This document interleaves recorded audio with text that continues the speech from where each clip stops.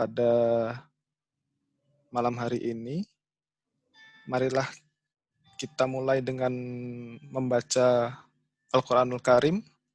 Mungkin di sini ada sahabat yang ingin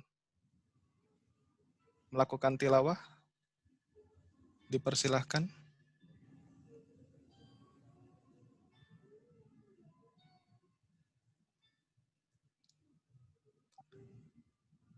Halo, adakah? Mungkin yang Ikhwan? Izul, hadir Zul?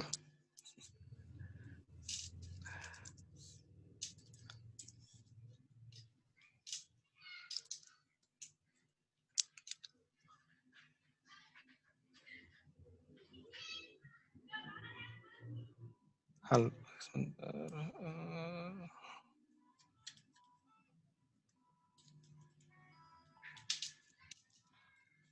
Sahabat-sahabat, apakah ada yang ingin membaca Al-Quran untuk kita dengarkan bersama-sama?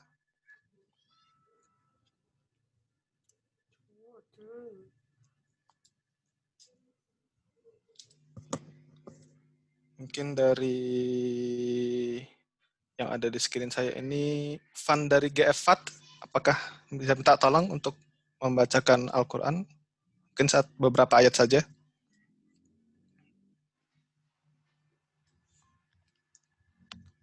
Enggak deh. Kalau nggak ada, daripada lama. Oh, oke. Hatun hona enggak. A'udzubillahi minasyaitonirrajim. Bismillahirrahmanirrahim. Ar-Rahman. Allamal Qur'an. Khalaqal insan. Allamahul bayan. Asy-syamsu wal qamaru bi husban. Wan najmu was-sajaru yasjudan. Was-samaa'a rafa'aha wa wada'al mizan. Alla ta'ghaw fil mizan. Wa aqimul wazna bil qisti wa la tu'sirul mizan. Shadaqallahu azim.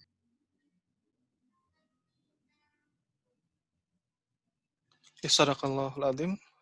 Benar Allah dengan segala firman-Nya. Semoga dengan bacaan ayat Al-Quran tadi bisa menambah keberkahan pertemuan kita pada malam hari ini.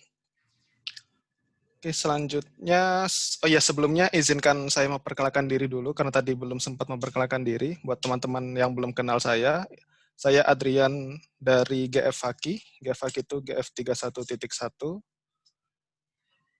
Salam kenal semuanya. Jadi pada malam hari ini izinkan saya untuk memandu atau mengatur jalannya diskusi atau obrolan kita pada malam hari ini. Jadi diusahakan untuk obrolan kita malam ini hari ini kita usahakan agar santai saja, tidak terlalu kaku. Jadi buat teman-teman yang ingin menyampaikan sesuatu atau mengajukan pertanyaan kepada narasumber, mungkin nanti bisa diajukan melalui chat dulu kali ya, biar nanti bisa saya bacakan untuk diajukan kepada para narasumber. Sebelum kita lanjut ke sana, mungkin saya ingin memberikan sedikit pantun buat teman-teman semua. Mohon maaf jika pantunnya kurang pas. Ya, ini pantun saya. Jalan-jalan ke Kecamatan Babat, tidak lengkap jika tidak bersama. Selamat datang para sahabat di acara perdana alumni Muda Karisma. Jadi buat sekaligus pengingat buat teman-teman semua bahwa ini adalah rangkaian acara pertama yang diinisiasi oleh beberapa sahabat-sahabat untuk menghidupkan diskusi di grup alumni Muda Karisma. Yang sebenarnya ada beberapa acara, mungkin sahabat-sahabat sudah sempat lihat ada di grup. Dan salah satunya adalah ini, terkait sharing tematik online, dan tema kita pada malam hari ini adalah terkait beasiswa LPDP. Mungkin sebelum kita masuk ke acara, ada sedikit latar belakang terkait tema ini. Jadi, dalam satu dekade terakhir ini memang pemerintah Indonesia memang semakin memberikan perhatian di dunia pendidikan Indonesia untuk memajukan bangsa. Nah, salah satu target yang ingin dikejar adalah menambah lulusan S2 atau magister dan S3 atau doktoral di Indonesia. Menurut mantan Menteri Keuangan, atau mungkin Menteri Keuangan kala itu, yaitu Bapak Bambang Brojonegoro, bahwa di tahun 2015 jumlah lulusan sarjana S2 ditargetkan menjadi 16.000 per 1 juta penduduk pada tahun 2025. Dan ini adalah kenaikan sebesar 600% dari saat itu, tahun 2015, di mana saat itu adalah 2.300 per 1 juta penduduk. Nah, sementara itu, jumlah lulusan S3 ditargetkan naik sekitar 1.000% dari 143 menjadi 1.400 per 1 juta penduduk. Nah, ditambah dengan adanya modal bonus demografi di Indonesia, tentu insan usia produktif di Indonesia diharapkan dapat bersama memajukan bangsa Indonesia di masa depan. Nah, sejalan dengan itu sebenarnya ada banyak pilihan beasiswa yang bisa diambil untuk melanjutkan studi. Salah satunya melalui beasiswa.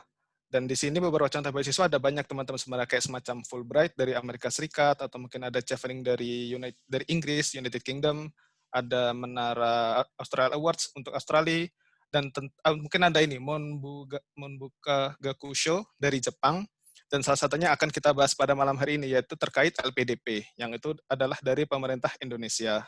Dan LPDP sendiri itu sudah ada sejak tahun 2011,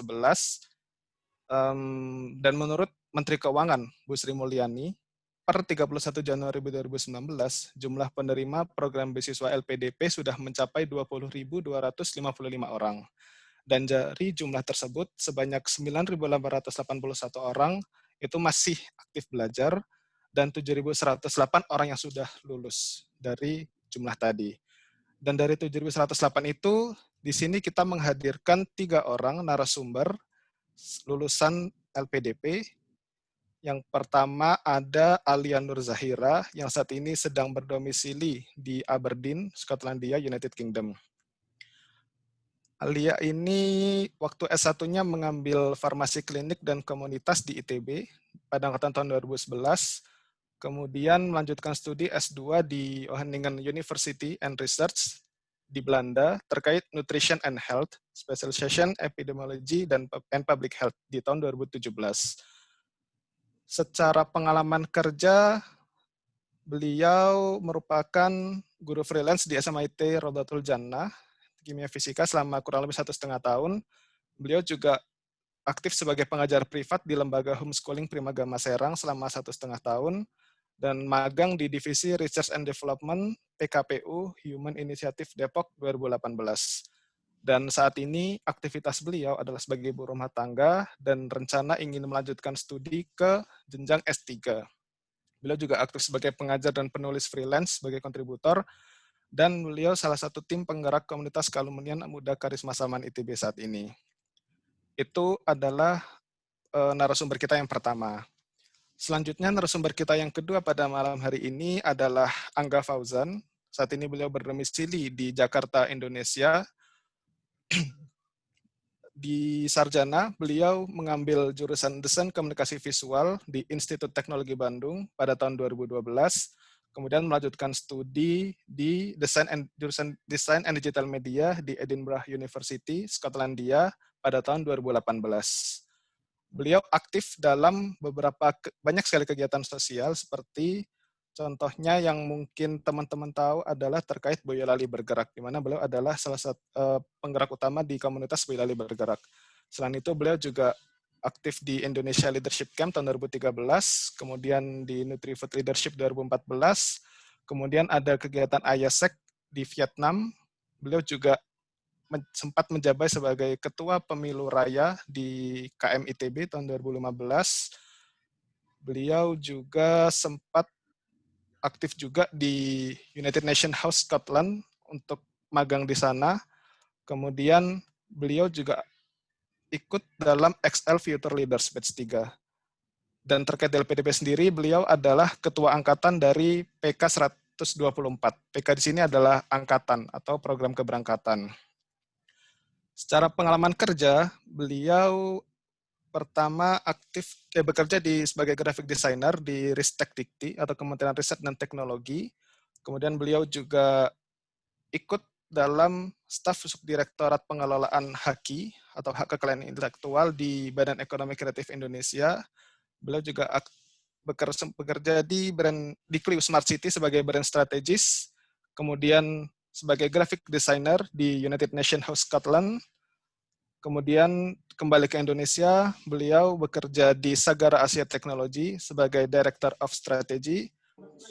Dan sekarang beliau sedang bekerja di Zenius Education sebagai Growth Lead untuk section Teacher and Parent. Dan beliau sendiri juga merupakan co-founder dari PT Ternaknesia Farm Innovation yang bergerak di bidang peternakan Indonesia. Beberapa proyek yang beliau kerjakan juga di Good News Farm Indonesia untuk digital growth. Beliau juga sempat mengerjakan di Salam Ganesha untuk konten spesialis, dan juga beliau sempat menjadi digital consultant untuk properti. Itulah narasumber kita yang kedua, Angga Fauzan. Kemudian narasumber kita yang ketiga yaitu Salma Nurul Fauziah. Beliau mengambil studi sarjana jurusan meteorologi di Institut Teknologi Bandung tahun 2011, dan kemudian beliau melanjutkan studinya di Institut Teknologi Bandung juga untuk jurusan teknik air tanah. Secara pengalaman organisasi, beliau aktif di beberapa kegiatan sewaktu mahasiswa dan hingga sekarang. Sewaktu mahasiswa dulu beliau aktif di Gamais ITB, Himpunan Mahasiswa Jurusan, juga aktif di Kamil Pasca Sarjana, dan sekarang beliau aktif di Ikatan Alumni Meteorologi ITB. Kemudian untuk pekerjaan, beliau bekerja di PT Bumi Prasaja sebagai Staff Research and Development, kemudian juga aktif sebagai Private and Online English Learning, sebagai co-founder Plane, dan juga beliau mendirikan Meteonesia bersama rekan-rekannya sebagai meteorologi consultant. Dan beliau sempat bekerja juga di PT Amatis Institute sebagai Special Analyst, dan kini beliau adalah dosen teknik geologi di Institut Teknologi Sumatera. Mungkin itu profil singkat terkait ketiga narasumber kita. Kini dengan saya menyapa dulu kepada ketiga narasumber kita. Bagaimana kabarnya Alia, Selma, dan Angga? Sehat-sehat sajakah semuanya? Alhamdulillah. Alhamdulillah. Tadi yang saya sampaikan apakah ada yang dikoreksi? Udah benar kan ya? Oke, kalau begitu. Jadi pada malam hari ini kita akan ngobrol bareng terkait beasiswa LPDP itu sendiri, dan mungkin bisa sharing-sharing dan berdiskusi bersama teman-teman yang lain yang ikutan di sini.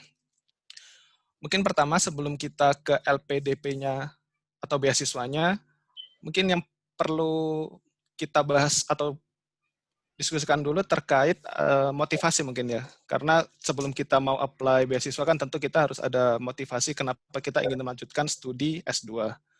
Kira-kira dari para narasumber bisa minta tolong apa yang menjadi motivasi ketika saat itu sehingga memutuskan untuk ingin lanjut mengambil jenjang S2. Mungkin bisa dimulai dari Alia dulu. Oh, oke. Kalau saya, bismillahirrahmanirrahim. Ya, makasih buat Adrian, langsung aja ya. Kalau saya motivasi melanjutkan S2-nya sebenarnya simpel, alasannya itu memperdalam spesialisasi ilmu yang saya nggak dapat pas S1 gitu. Karena kan tadi S1 saya farmasi klinik ya, sedangkan S2 saya nutrition and health. Jadi emang pas akhir studi itu menemukan bidang yang saya ingin dalami, dan ya sudah saya lanjutkan di S2. Terus kenapa juga akhirnya saya milih luar negeri, karena jurusan spesialisasinya adanya di sana gitu sih. Jadi mungkin kalau dari saya kayak buat teman-teman yang kalau masih mau menemukan yang masih mencari-cari motivasi atau niat, ya tentukan dulu pertama, cari tahu dulu apa sih sebenarnya gitu kan niatnya, alasan kuatnya apa kayak gitu sih. Oke, terima kasih. Oke, Al, terima kasih. Selanjutnya mungkin dari Angga. Silakan Angga. Sebenarnya kalau misalkan ngomongin kuliah ke luar, tapi sebenarnya udah dari SMP sih pengennya dengan berbagai macam alasan. Cuma sepanjang jalan menemukan alasan-alasan lain yang jadi memperkuat tujuannya, sehingga makin makin kekeh gitu ya, dan makin yakin bahwa ya emang perlu melanjutkan sih. Jadi diawali dari keinginan, lama-lama menyadari bahwa itu satu kebutuhan. Gitu deh. Terus kalau kenapa milih Edinburgh, karena aku skripsinya tentang tourism branding atau branding pariwisata. Kemudian Edinburgh adalah kota festival terbesar sedunia. Gitu deh mungkin openingnya. Oke, menarik. Terima kasih, Angga. Selanjutnya dari Selma, terkait motivasi melanjutkan studi S2. Karena cita-citanya pengen jadi dosen, jadi ya kalau dosen kan minimal S2, jadi perlu dilanjutkan studi, terus pilih yang di dalam negeri setelah pertimbangan diskusi sama dosen dulu yang jadi pembimbing tesis. Dapat saran kalau baiknya di Indonesia aja, karena kan penelitiannya juga terkait geologi atau kebumian yang ada di Indonesia gitu. Beda kalau misalnya kita ke luar negeri ya, beda lagi karakteristiknya kayak gitu. Oke, menarik sekali dari ketiga narasumber ini. Jadi secara umum memang ini ya lebih ke karena kalau dirangkum jadi satu mungkin kayak semacam kebutuhan ya, karena memang pertama ingin memperdalam dari studinya itu sendiri, ada yang mungkin ingin karena lanjut untuk profesi seperti dosen, dan juga karena memang ingin belajar langsung di kota yang memang sesuai dengan jurusan yang ingin kita perdalam lebih lanjut, seperti itu. Nah, tapi kan memang mungkin terkait motivasi itu sendiri, tentu dalam perjalanannya motivasi itu pasti naik dan turun. Ada mungkin beberapa hal yang bisa sempat menaikkan motivasi itu sendiri, atau mungkin malah menurunkan semangat untuk ingin lanjut S2 itu. Nah, mungkin dari ketiga narasumber ini, apakah waktu itu sempat mengalami kayak semacam halangan untuk lanjut S2? Mungkin contohnya, apakah ada keberatan dari ortu, atau mungkin khawatir kehidupan di sana, seperti itu. Yang itu bisa mengubah motivasi saat itu. Mungkin dari Angga dulu. Maksudnya gimana, Mas? Agak bias gitu pertanyaannya. Oke. Jadi maksudnya Jadi maksudnya adalah apakah dalam proses ingin mendaftar S2, melanjutkan studi ke S2 itu ada hal-hal lain yang itu menjadi bukan hambatan sih, atau semacam sempat membuat tidak ingin lanjut S2, kayak mungkin karena ada keberatan dari ortu, seperti itu nggak? Yang jadinya kayak sempat naik turun. Ya. Sebenarnya bukan hambatan sih, cuma pindah kampus kali ya. Maksudnya aku zaman SMP, SMA, kuliah awal-awal tuh sangat pengen masuk Oxford. Simply karena SMP bacaan gue Harry Potter gitu kan. Terus melihat memang ya banyak lah yang bilang Oxford tuh Hogwarts gitu kan. Terus cuma lama-lama nggak ada, masih lama-lama menyadari bahwa kita nggak bisa milih kampus cuma berdasarkan hal-hal sesederhana itu.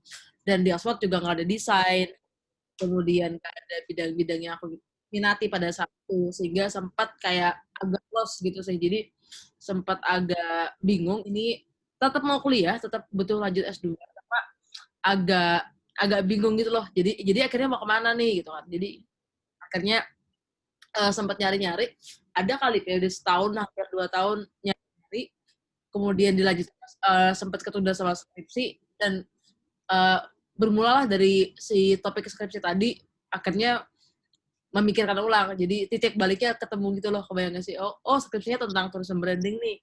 Ya udah kita mulai S2-nya juga dari bidang yang sama gitu, biar nggak terlalu lost lagi dan sebagainya. Itu sih Mas paling Mas. Jadi adanya perubahan target ya. Dari awal sampai akhirnya tercapainya apa, dan sempat lost di tengah-tengah sih gitu. Coba kalau berhenti mau nggak S2 sih enggak. Jadi lebih ke itu tadi ya, galau pemilihan Iya. ya pilihan kampus atau studinya ya. Itu sebenarnya apa, mau kemana dan sebagainya. Oke. Terima kasih Angga. Kemudian dari Selma. Oke. Sebenarnya kalau mau cerita panjang tuh kendala motivasinya itu adalah kendala motivasi untuk jadi dosennya gitu. Jadi sebenarnya yang pengen jadi dosen awalnya itu orang tua kayak gitu kan. Nah, cuman ya lagi setelah banyak diskusi terus misalnya tuh apa namanya ya nyari-nyari alasan ke dosen-dosen yang udah pernah udah jadi gitu. Mereka tuh sebenarnya apa sih motivasinya buat jadi dosen kayak gitu kan. Ada yang karena emang ngajar itu ya ilmunya salah satu amal ibadah yang mengalir, terus ya apa sih ada yang passion dan lain-lain. Nah di situ sih yang jadi naik turunnya. Nah dari situ akhirnya nemuin emang apa ya alasan yang religius gitu ya. Emang jangka panjang oh iya benar jadi dosen itu adalah apa namanya profesi yang sesuai gitu yang cocok untuk perempuan juga kayak gitu kan. Nah untuk alasan lainnya itu sih naik turunnya di situ dan itu juga jadi momok besar untuk persiapan wawancara. Mungkin nanti ya kalau ada pertanyaan wawancara dibahas. Nah yang penting setelah kita tahu kita mau kemana gitu ujungnya mau jadi seorang apa akhirnya jadi dorongan untuk nyari tahu sendiri dan kalau udah mantep kesananya lebih lancar lagi sih motivasinya nggak naik turun lagi insya Allah kayak gitu. Oke, jadi memang karena tujuan akhirnya adalah dosen dan kebutuhan untuk S2, jadi tetap lanjut ya. Oke, Selma. Kemudian Alia. Ya, kalau dari saya, ini jadi pas awal daftar, saya kan daftar kampus dulu ya. Nah itu sempat ditunda 1 tahun di Divar karena waktu itu belum dapat beasiswanya gitu. Jadi emang setelah penundaan itu akhirnya berusaha nyari lagi gitu kan. Salah satunya ya LPDP gitu. Ya terus berusaha aja sih sampai akhirnya dapat gitu, alhamdulillah. Selain LPDP saya juga coba beasiswa lain kayak Stunet gitu ya, yang dari Belanda cuman belum lulus kayak gitu. Nah untuk tadi kan Adrian bilang apa kekhawatiran ya tentang kehidupan di sana kayak gitu. Nah itu sempat ada juga karena kan di Belanda gitu kan terus di barat lah ibaratnya gitu kan. Akhirnya ya cara saya untuk mengatasi itu tanya-tanya ke senior yang udah di Wageningen duluan gitu. Kayak apa sih di sana kayak gitu. Termasuk dari kehidupan akademiknya seperti apa, sosialnya seperti apa kayak gitu. Ya itu cara yang lumayan ampuh sih untuk meyakinkan diri gitu. Oh ternyata baik-baik aja tuh gitu. Ini sorry ya matiin video dulu soalnya lagi ada bayi. Oh iya, nggak apa-apa.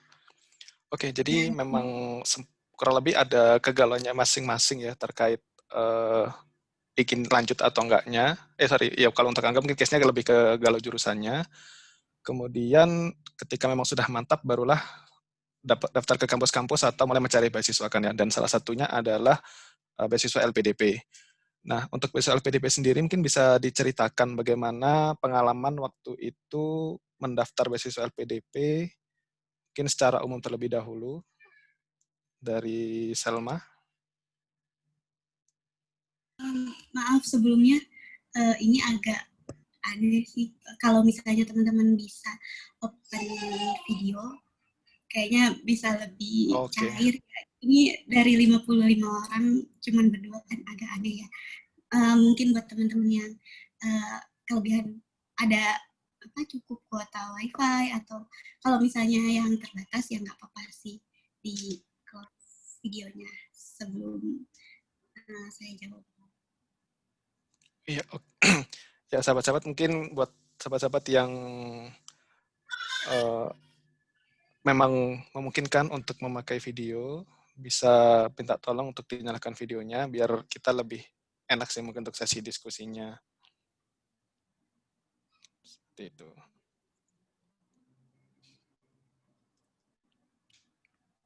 Oke.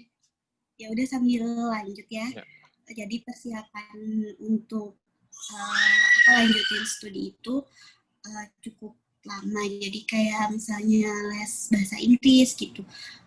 Semenjak semester 8 gitu ya di UPT bahasa, terus habis lulus juga sempat ke Pare gitu untuk mempersiapkan bahasa. Walaupun awalnya itu minat juga ke luar negeri, tapi setelah berdiskusi kan ternyata cocoknya di Indonesia. Jadi mendalami TOEFL dan akhirnya alhamdulillah buka cabang kursus sendiri untuk di TOEFL itu. Terus juga persiapan membuat esai gitu kan, ada 3 esai waktu itu, esai sukses terbesar, terus rencana studi, sama satu lagi kontribusi. Nah itu alhamdulillahnya juga banyak diskusi sama senior gitu. Dan banyak revisi juga, lumayan tuh revisi esai sampai jadi itu bisa sebulanan lebih kayak gitu kan. Terus apalagi ya, lebih banyaknya itu lebih ke diskusi ke yang udah pernah lulus sih. Dan mungkin tips juga ya, kalau teman-teman punya Telegram itu biasanya udah ada komunitasnya dari beasiswa LPDP atau komunitas CPNS, komunitas yang macam-macam. Jadi jangan sampai kita kehilangan informasi, apalagi makin kesini tahapan seleksinya mungkin beda, terus informasinya yang lainnya lagi perlu up to date kayak gitu sih, Adrian. Oke, jadi memang beberapa hal perlu dipersiapkan sesuai memang ini ya yang memang dibutuhkan oleh syarat dari beasiswa itu sendiri. Kemudian kalau dari Alia, gimana pengalaman itu dalam mempersiapkan LPD beasiswanya? Ya, kalau aku sendiri sih ada beberapa yang yang paling ku ingat sampai sekarang. Jadi yang pertama, aku tuh sebenarnya mengawali dari menyiapkan bahasa Inggris. Jadi pas aku awal masuk ITB tuh aku udah mulai kayak beli buku-buku yang terkait lah, sesederhana grammar, kemudian buku-buku latihan TOEFL, buku-buku latihan IELTS dan sebagainya. Terus kemudian itu jadi bahan bacaan dan bahan latihan sepanjang kuliah dari tingkat 1 sampai lulus. Nah, kemudian tingkat 2 atau tingkat 3 itu udah mulai bikin draft essay sih. Jadi udah mulai nyari-nyari di internet contoh-contohnya seperti apa. Kemudian mulai bikin draft. Dulu sempat konsultasi juga sama Mas Adrian, aku ingat. Kemudian bikin draft essay. Nah, yang paling lama selain belajar bahasa Inggris adalah sebenarnya bikin draft essay. Nah, bikin draft essay ini aku bener-bener baru bisa bilang final tuh kayak hamin sekian penutupan pendaftaran, karena memang pengen terus untuk dikoreksi dan nggak mau cepet puas. Dan itu dikoreksi oleh banyak banget orang, sehingga nggak kehitung udah dikoreksi oleh berapa banyak orang. Karena ya aku merasa tiap belum nemu orang yang kritik tandanya belum maksimal gitu. Karena kan kadang kita berhenti ketika ada orang yang bilang, oh bagus tuh. Dan sebenarnya cukup sering juga dapat pujian kayak gitu. Cuma justru pujian kayak gitu malah bikin merasa bahwa wah ini harus cari orang lain nih gitu kan. Biar nggak dipuji melulu, karena takutnya kalau dipuji melulu ya nggak berkembang gitu kan. Itu yang kedua. Jadi nyari referensi, minta koreksi dan sebagainya. Terus kemudian lanjut soal bahasa Inggris IELTS. Jadi selain udah belajar sendiri, udah merasa mantep, aku mencoba ke Pare sih sebulan. Jadi sebulan di Pare, di kampung Inggris Pare itu buat mematangkan dan buat memantapkan lah. Pokoknya isinya tryout gitu. Dan beberapa persiapan tahap akhir. Dan alhamdulillah waktu di Pare sempat ada pretest dan masuk 5 besar teratas. Kenapa? Kenapa itu penting? Karena kalau di Pare itu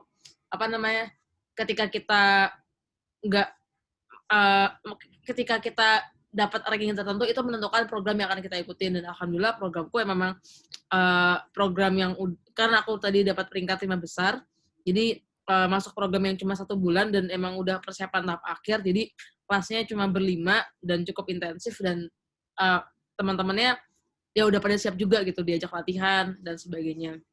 Karena ada teman-teman di Pare itu yang sampai 6 bulan, setahun, bahkan lebih gitu. Karena tadi datang ke Pare dengan belum siap sama sekali. Jadi beneran belajar dari nol dan itu akan lebih susah. Itu yang kedua. Yang ketiga, soal wawancara, aku latihan juga sama anak Karisma, sama Falzis, kalau tahu. Falzis itu anak BKT juga, dia anak 2013, anak teknik fisika. Nah, sama Falzis itu sering banget sih dulu bikin draft daftar pertanyaan dan jawaban tuh ada sekitar 120 pertanyaan dan jawaban. Kita bagi jadi 3 segmen. Pertama adalah tentang semua pertanyaan tentang diri kita, kedua tentang akademik, ketiga tentang rencana ke depan kayak gimana. Itu aku ada draftnya, nanti mungkin aku bisa share. Terus kemudian kalau wawancara juga selain latihan sama Falsis juga latihan sama banyak orang sih. Jadi kayak sehari itu aku bisa latihan sama 5 orang yang berbeda gitu, wawancara sana sini dengan teman-teman lainnya. Dan itu menyenangkan sih, maksudnya sekali lagi ketika semakin sering dapat masukan, semakin sering dapat latihan tuh bukannya jadi menemukan jawaban buat dibuat ya, tapi lebih lancar sih, lebih lancar bagaimana mengartikulasikan apa yang kita maksudkan, lebih lancar bagaimana fokus kemana dan sebagainya. Itu sih 3 tadi yang paling utama. Jadi bahasa Inggris, essay, sama latihan wawancara. Itu deh. Terima kasih Angga. Jadi kalau dari Angga sih ini ya berarti intinya tuh memang perlu persiapan dalam belajar apapun. Benar. Dan juga perlu bantuan orang lain ya buat bisa saling tukar pandang atau latihan seperti tadi esai ataupun interview ya. Terima kasih Angga. Kemudian dari Alia. Oke. Saya mungkin nambahin aja dari Selma dan Angga karena ya beberapa irisan lah sama gitu. Jadi kalau untuk bahasa Inggris, mungkin ini saya nangkepnya cara kami bertiga beda-beda ya, tapi intinya kan sama usaha gitu ya. Kalau saya dulu belajar IELTS itu dari tingkat akhir juga, jadi tingkat 4 itu sambil tesis saya ambil kursus juga, tapi saya pribadi nggak fokus waktu itu karena kan sambil TA ya, jadi sempat ikut tes sekali tapi belum mencapai target minimal yang 6,5 itu. Terus akhirnya habis lulus, saya lumayan punya banyak waktu luang di rumah, akhirnya saya belajar otodidak dari buku-buku IELTS yang besar-besar itu, yang apa namanya, ya banyak lah ya, apa sih namanya yang depannya B itu, Baron itu ya. Oh iya, Baron. Ya itu, nah itu belajar dari situ dan ya udah gitu, jadi ya, tipsnya kayak kita tahu model soal IELTS itu seperti apa dan apa yang sebenarnya diharapkan dari soal-soal tersebut gitu, dan kayak diulang-ulang aja gitu, writing yang jelas terus latihan gitu kan, reading, listening, speaking dan lain-lain kayak gitu. Terus untuk essay juga sama, saya juga tanya-tanya ke di sebelumnya, salah satu juga Adrian. Terus proofreading juga gitu kan. Terus kalau untuk surat rekomendasi, ini sih mungkin teman-teman bisa mulai menargetkan dosen atau atasan siapa yang akan dimintai surat rekomendasi gitu ya, dari sekarang gitu. Terus untuk persiapan wawancara, kurang lebih sama, susun dan belajar Q&A-nya. Nah, terus kalau tips dari saya, ini sih, yang penting itu kalau misalnya nanti lulus seleksi berkas gitu ya, terus lanjut ke, seleksi substantif ya, yang wawancara dan lain-lain itu jadi diri sendiri itu aja sih. Jadi diri sendiri, jujur sama tawakal. Soalnya seleksi LPDP itu intinya berkompetisi sama diri sendiri kan gitu ya. Jadi sebetulnya kalau kamu masuk kriteria yang diinginkan LPDP, insya Allah dapat. Tapi kalau enggak, berarti rezeki kamu bukan dari beasiswa LPDP, tapi dari yang lain gitu aja sih. Gitu. Oh, sama satu lagi mungkin yang buat LDD itu ya, Leaderless Group Discussion. Saya persiapannya ini cari-cari isu terkini sama explore pendapat kita tuh gimana untuk isu tersebut kayak gitu. Terus nanti ketika misalnya lulus, terus masuk ke situ, pilih peran yang berhubungan dengan jurusan kamu. Misalnya saya kan di bidang kesehatan, jadi waktu itu saya pilih jadi kayak ibaratnya waktu itu kayak menteri atau apalah gitu ya, yang ngomongnya itu dari bidang kesehatan kayak gitu. Itu sih kajian. Oke, terima kasih Alia. Jadi memang tadi nih ya ada saling melengkapi dari ketiga narasumber kita pada malam hari ini, dan beliau-beliau ini sudah memberikan tips dan triknya untuk masing-masing dari tahap-tahapan itu sendiri ya, mulai dari kayak persiapan, kemudian ada tips tahap wawancara, ada waktu LGD, essay on the spot, yang itu mungkin bisa, kalau misalnya teman-teman ingin tanya lebih spesifik nanti bisa di sesi tanya jawab. Tapi secara umum sudah disampaikan seperti yang ketiga narasumber tadi. Nah, selanjutnya ketika sudah mengikuti proses LPDP dan diterima, kan tentu melanjutkan ke perkuliahan S2-nya. Nah, secara pengalaman nih, dari pengalaman S2-nya, sebenarnya mungkin apa ya, yang paling berkesan ketika melanjutkan studi S2 atau melaksanakan studi S2 dari sahabat-sahabat sendiri ini seperti apa? Mungkin dari siapa? Oh, dari Alia berarti. Silakan dari Alia. Yang paling berkesan dulu. Aduh, yang paling berkesan apa? Ya, saya ini dulu deh. Apa? Nggak. Pertama dari suasana belajar mengajar dulu ya. Jadi kalau saya di Wageningen di Belanda itu yang menarik buat saya budaya mengajar ya. Budaya mengajar sama mendidik di sana itu kan egaliter ya. Jadi minim senioritas, terus kita bebas berpendapat sama dosen dan terbuka gitu. Dan dosennya itu yang saya ingat selalu bilang di kelas kita sebelum mulai, no stupid question. Jadi tanya, silahkan tanya gitu kan. Jangan mikir, oh kayak pertanyaan saya bodoh atau nggak guna atau apa, jangan mikir gitu, tanya aja gitu. Soalnya dan emang pernah kejadian gitu, ada yang nanya, padahal dia tuh menanyakan yang udah dijelaskan gitu, tapi ya dosennya tetap jawab kayak gitu sih. Terus juga kayak terkait dosbing gitu ya, kalau tesis atau apa, dosen itu terbiasa memberi lingkungan atau afirmasi positif sama mahasiswa. Jadi buat saya itu sangat suportif gitu ya, sangat menenangkan, dan untuk mengembangkan diri itu sangat bagus lah kayak gitu. Jadi tapi mereka tetap pada karakter masing-masing, bukan berarti saya bilang kayak gini terus yang terbayang semuanya tuh orangnya lembut-lembut tuh, iya nggak apa-apa gitu nggak.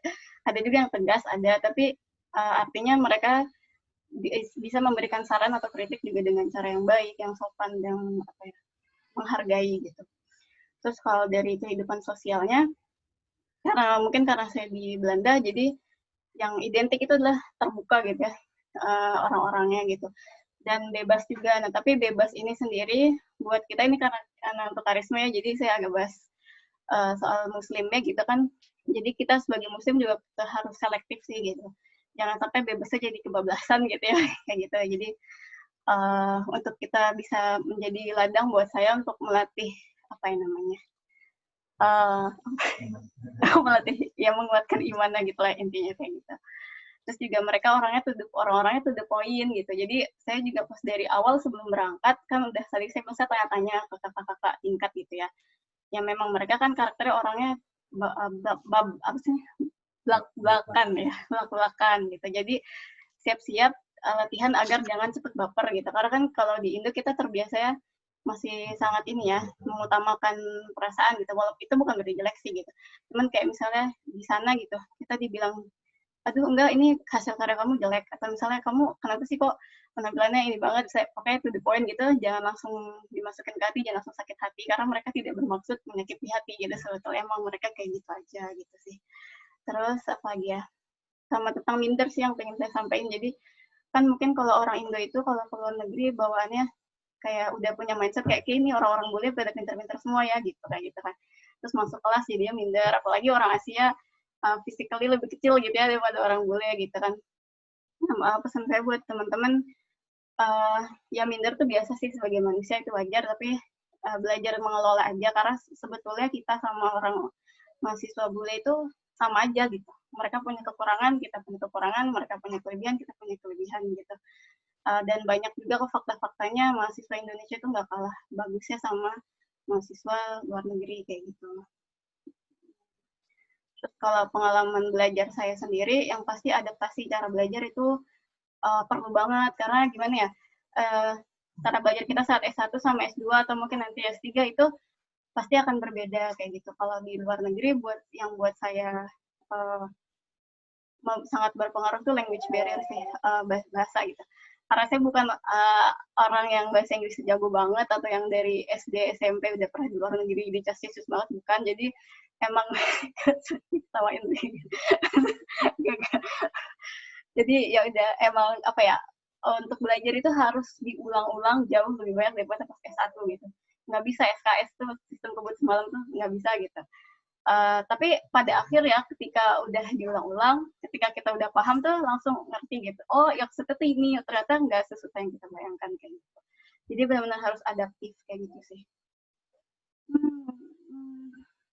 Oke, Apalagi ya? terima kasih. Ya itu Ada dulu lagi aja. Al? Yap. Ya, makasih Al. Ternyata banyak ya yang sepertinya berkesan waktu S2. Mulai dari kehidupan sosial,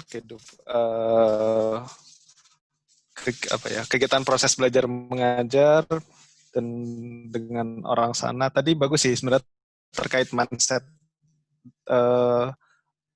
Dan itu mungkin tidak bisa dipungkiri, mungkin teman-teman juga akan sempat banyak mendengar terkait mindset orang luar negeri itu lebih dibandingkan orang Indo. Nah, mungkin di sini bisa mendapatkan cerita dari memang sahabat-sahabat yang pernah melaksanakan studi itu. Selanjutnya dari Angga, gimana Angga? Terkait hal yang berkesan waktu studi S2? Iya Mas, kalau aku sih ada beberapa hal yang paling aku ingat sih. Pertama, aku di UK itu kan sempat magang di UN. Jadi UN tapi cabangnya Scotland. Jadi UN House Scotland, dan itu sangat menyenangkan sih. Jadi bikin event,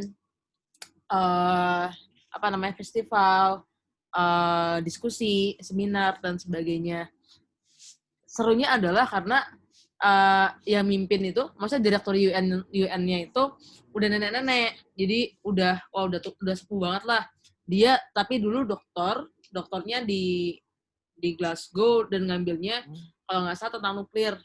Nah tapi dia baik banget, sebaik itu sih sampai kayak dianggap aku anggap orang tua sendiri gitu loh, kebayang nggak sih? Jadi kayak sangat akrab, sangat dekat, dan sering ketemu, sering ngobrol. Jadi kayak aku merasa punya orang tua gitu loh di sana. Ya nenek sih bentukannya, ya punya nenek gitu di sana. Dan nggak merasa didiskriminasi juga di UN-nya. Terus bebas bantu dan kontribusi apapun di sana. Jadi nggak terkotak-kotak. Terus kemudian yang kedua, pengalaman lain adalah traveling, karena aku sangat suka eksplorasi. Di UK sendiri itu aku udah lebih dari 25 kota. Naik bis, naik kereta, tidur di stasiun, ketinggalan kereta, tidur di rumah teman, tidur di rumah sakit, dan sebagainya. Itu sangat menyenangkan sih. Dan maksudnya di sana sebenarnya banyak banget trik-trik diskon yang bisa digali gitu. Jadi sebenarnya hemat banget sih. Kayak belanja-belanjaannya tuh justru sebagian tuh lebih murah daripada di Indonesia. Menurut aku kayak buah, susu, itu murah banget. Bahkan aku bisa bilang aku lebih makmur di UK gitu daripada waktu di Indonesia. Karena murah. Terus kemudian yang ketiga sih, karena aku tinggal di kota festival, aku merasa kotaku itu, aku nggak tahu tempat-tempat lain, tapi kotaku tuh sangat menghargai seni dan sangat menghargai sejarah sih. Karena satu, di UK itu semua museum gratis, jadi nggak kayak di Eropa, semua museum-museum di UK itu gratis, nggak ada yang berbayar satupun. Bahkan British Museum juga gratis, di Edinburgh juga gratis semua. Terus festival-festivalnya rame, lantas juga kayak Harry Potter Tour juga banyak, karena Edinburgh juga kota kelahirannya Harry Potter ternyata. Terus kalau dari si standpoint aku sebagai orang yang fokus ngambil tourism branding sih, memang dia bisa mengkombinasikan antara pemerintahnya ya, dan warga kotanya bisa mengkombinasikan antara potensi yang ada dengan aktivasi yang sesuai. Jadi ya aku ngelihat pemerintahnya bagus, nggak kayak ya kita sering tahu lah bagaimana di studi kita. Gitu sih Mas, secara umum ya. Hati-hati. Benar. Oke, enggak. Yang ini mungkin salah satu ini ya, alumni pelajar S2 yang memanfaatkan benar-benar waktu di sana sih. Salah satunya adalah bergabung dengan UN House Scotland yang tadi udah sempat diceritakan pengalamannya. Selain ini ya, saya juga belajar eksplorasi ke kota-kota lain. Mungkin di sini teman-teman pengen tahu Angga seperti apa, bisa on cam enggak? Apa gimana? Open kamera. Astagfirullah. Enggak. Bentar. Kelihatan nggak? Enggak. Oh, Halo. Ya, udah. ya ada peta dunianya. Gitu. Gitu deh. Mungkin teman-teman iya. Astagfirullah. Apaan tuh? Iya.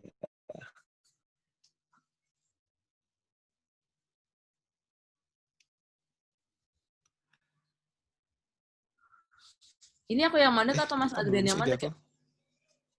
Di Adrian Salma udah tadi ya? Adrian nge-lag ya? apa sih? Hmm. Kayaknya jaringannya. Oke, jadi menarik saya sih pengalaman di gimana cara manage waktu antara studi yang utama dan juga aktif di Gak kedengeran Mas, sumpah. koneksi. Sorry nih, Udah nge-lag nih. lancar belum? Nah, udah. Halo? Sorry. Udah. Oh, udah ya? Oke. Sip. Nah, jadi ini Kak, tadi penasaran juga sih terkait gimana manage waktu antara kuliah dan juga waktu aktif di UN House Scotland-nya. Karena kan tuh kayaknya juga cukup lama kan waktunya di UN House Scotland. Beberapa Oh, bulan. lama. Manage waktu ya. Jadi, aku bersyukur karena aku pada dasarnya bukan orang yang suka procrastinate gitu. Jadi, kayak contoh, tugas-tugas aku itu rata-rata kelar seminggu sebelum deadline atau 2 minggu sebelum deadline. Kayak disertasi juga sama, disertasi itu aku kelar 2 minggu sebelum deadline, tapi aku selalu mikir gini sih, kenapa 2 minggu? Karena di 2 minggu pertama sebelum deadline itu, aku pakai buat ngedimin dulu. Aku pakai buat beneran tugas aku tuh nggak diapa-apain. Jadi udah kelar, habis itu direm lah ibaratnya. Nanti setelah 1 minggu, di 1 minggu terakhir deadline, aku baru revisi lagi, aku baru baca ulang lagi. Nah, di situ biasanya dapat ide-ide baru atau dapat sudut pandang baru yang aku nggak sadarin di awal. Itu satu sih, jadi menetapkan deadline sendiri. Jadi aku selalu bikin deadline sendiri 2 minggu sebelum deadline tuh sudah kelar. Biar ada proses pengeraman dan proses revisi akhir oleh aku. Itu pertama. Yang kedua sih sebenarnya ini sih, punya teman sih. Maksudnya itu sangat membantu sih. Maksudnya aku bersyukur punya teman-teman mahasiswa Indonesia maupun mahasiswa asing yang sangat dekat dan sangat baik, sehingga banyak tugas-tugas aku atau kerjaan-kerjaan aku yang bisa digarap bareng gitu. Misalkan aku butuh ngerjain ini nih bareng-bareng nih untuk urusan UN kah atau urusan apapun lah ya. Itu banyak yang bisa bantuin, banyak yang bisa backup. Jadi jangan khawatir untuk nggak punya tempat buat bertanya. Bahkan di Edinburgh sendiri, mungkin seperti di kampus-kampus lain itu punya psikiater ya, punya psikiater untuk curhat gitu kan. Dan temenku pun bahkan ada, dia udah ngumpulin disertasi, tapi dia nggak yakin nih sama disertasinya dia. Kebayang, ini ibaratnya dia udah ngumpulin disertasi, tepat waktu, tapi dia nggak yakin sama hasilnya. Kenapa? Karena pas lagi disertasian itu, dia banyak keganggu sama banyak masalah. Habis itu, dia minta kompensasi buat dimundurin di jadwalnya. Dan dia minta kompensasinya dan dari kampus cuma minta satu hal, bukti bahwa dia pernah curhat sama orang kalau dia lagi punya masalah. Dan dia akhirnya ngobrol sama aku dan dia bikinin surat yang isi dan tanda tangannya aku, isinya adalah dia pernah curhat sama aku doang. Udah, dia dia di periode bulan ini ada masalah dan dia pernah curhat sama Angga untuk mencari bantuan. Akhirnya apa? Disertasinya diizinkan untuk dimundurin deadline-nya dia sendiri gitu. Dan itu sangat biasa terjadi di sana. Jadi memang urusan mental health sangat didukung dan intinya sih satu. Jadi kalau ada apa-apa berkabar aja sama teman.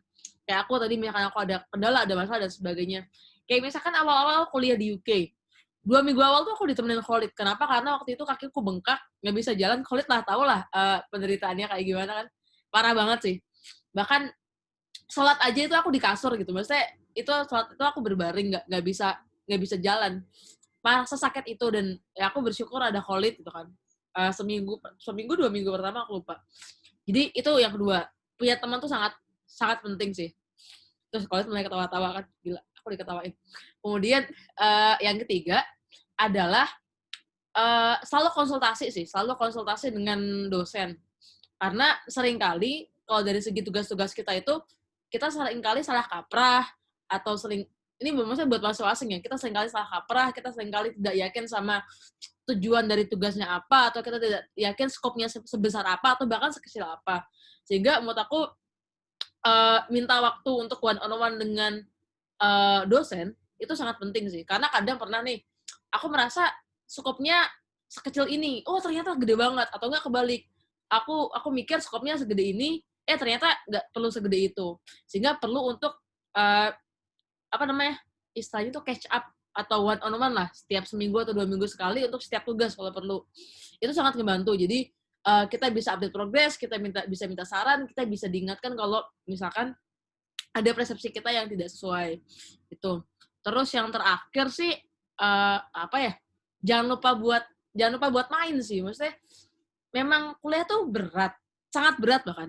Sangat berat, sangat rumit, bahkan aku harus belajar hal-hal yang dari dulu aku nggak pernah bisa dan sangat tidak suka, jadi coding. Jadi di sana aku harus nge-coding dari awal, belajar dari awal, bikin website dan sebagainya. Mungkin sebagian teman mikir, bikin website doang mah gampang. Cuma bagi aku tuh susah banget. Jadi ada kalanya di satu tugas aku bikin website tuh bikin satu website tuh butuh waktu 1 sampai 2 bulan. Tapi akhirnya karena memaksakan diri untuk belajar, ketika di disertasi itu akhirnya cuma 3 hari 4 hari jadi gitu. Dan itu sangat sangat ngubah banyak hal sih ketika kita bisa bisa ngobrol sama dosen, punya bantuan teman dan sebagainya, itu bisa mempercepat banyak hal. Gitu sih paling kurang lebih ya. Itu sih Mas paling Mas. Sip. Terima kasih Angga buat ini ya, tips untuk terkait manage waktu antara kuliah dan kegiatan kurikuler lainnya. Menarik sih. Terima kasih Angga. Terus selanjutnya dari Selma. Gimana Selma terkait yang paling berkesan waktu studi S2? Kalau dari saya, sebenarnya jangan ditiru sih. Saya masih main di Salman gitu. Jadi S2-nya Kamil Pasca Sarjana. Nah, mungkin ya itu juga salah satunya nyambung ke Angga ya, gimana caranya kita manage waktu antara kuliah sama hobi gitu, mau hobi jalan-jalan atau hobi organisasi.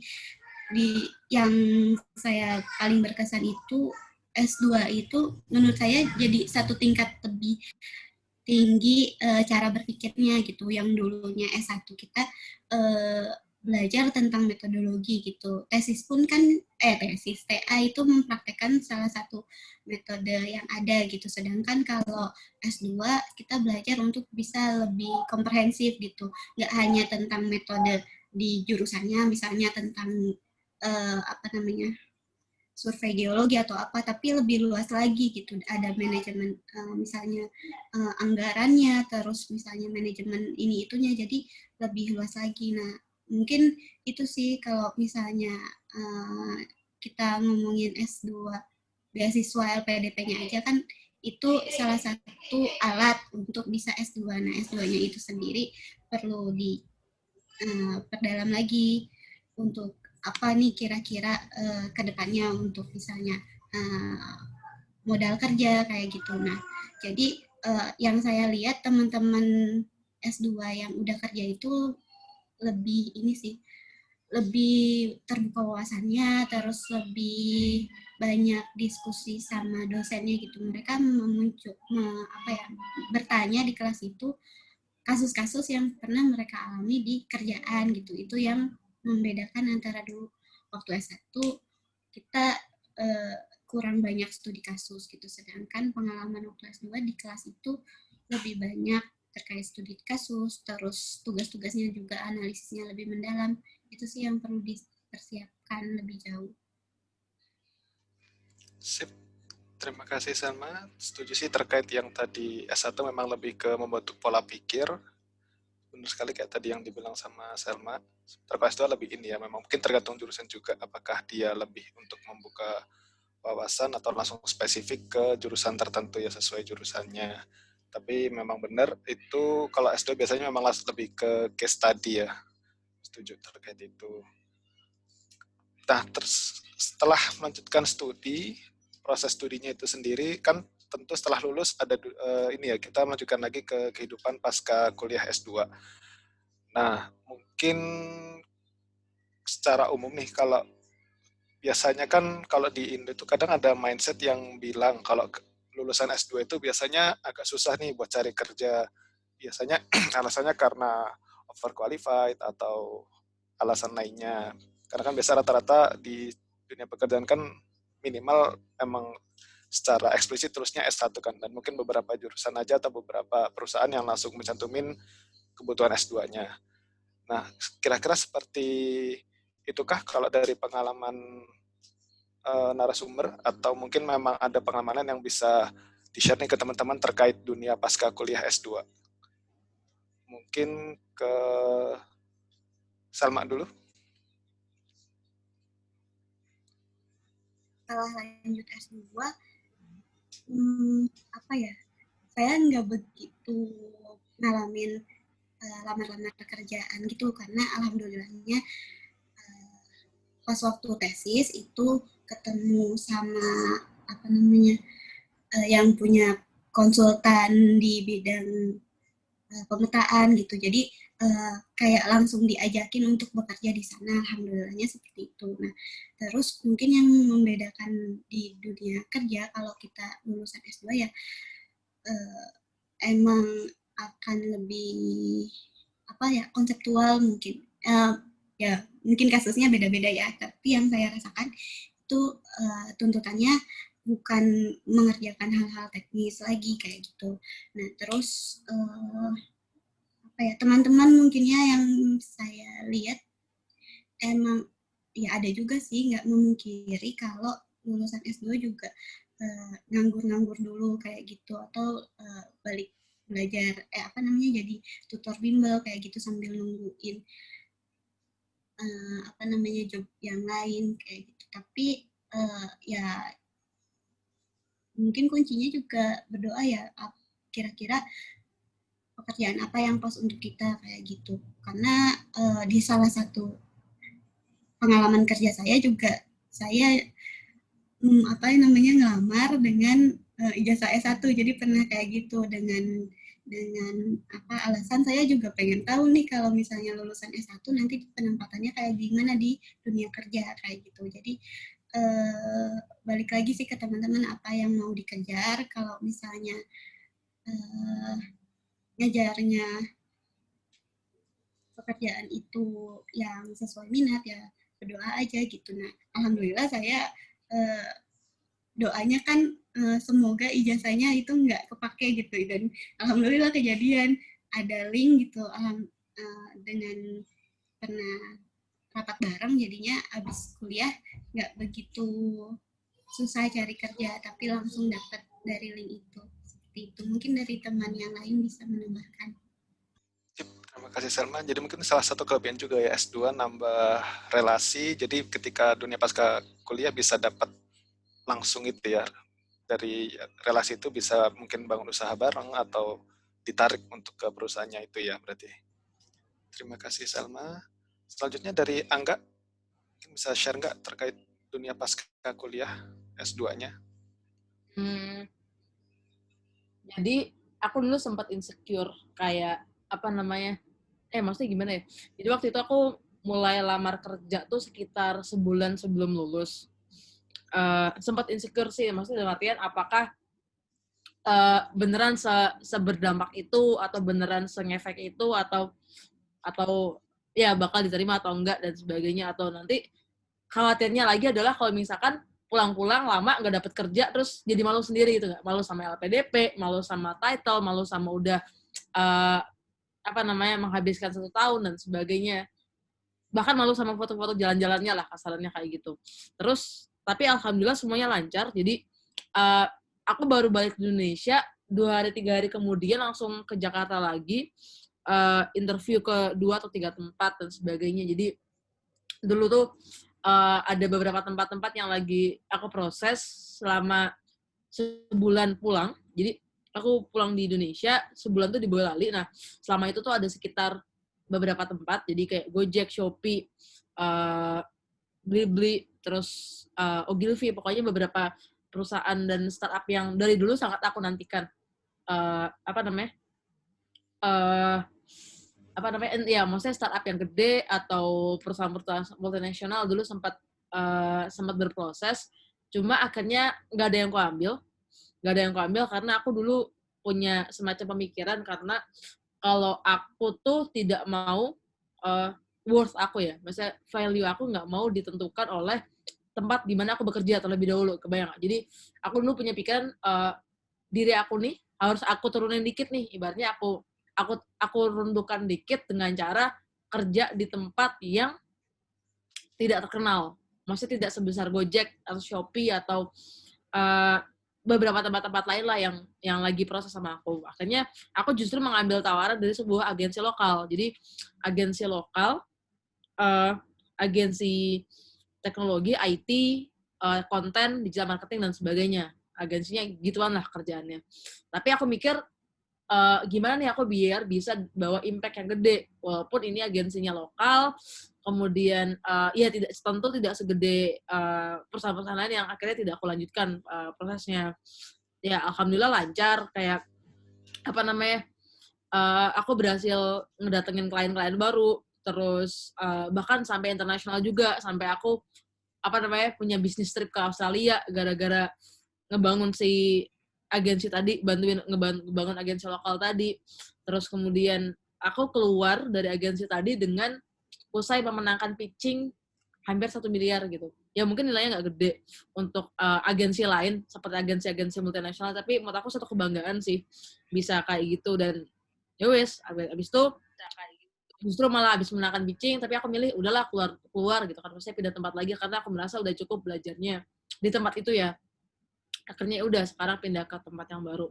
Jadi itu sih justru ada insecurity jelas, cuma itu cara yang aku lakukan untuk ketika akhirnya dapat tawaran nih, jawaban-jawaban atas insecurity tadi dihapuskan, aku berusaha untuk merundukkan kembali gitu. Jadi biar nggak terlalu berbangga diri lah, karena aku takut sih jadi orang sombong. Jadi beneran udahlah, coba cari yang beneran nggak gede sekalian gitu. Ntar kalau misalkan tiba-tiba aku ngerti sih diri aku, kalau misalkan aku tiba-tiba ngambil perusahaan multinasional atau startup yang unicorn dan sebagainya, ntar takutnya wah iyalah gue nih lulusan S2 tiba-tiba kerja di sini pantes lah.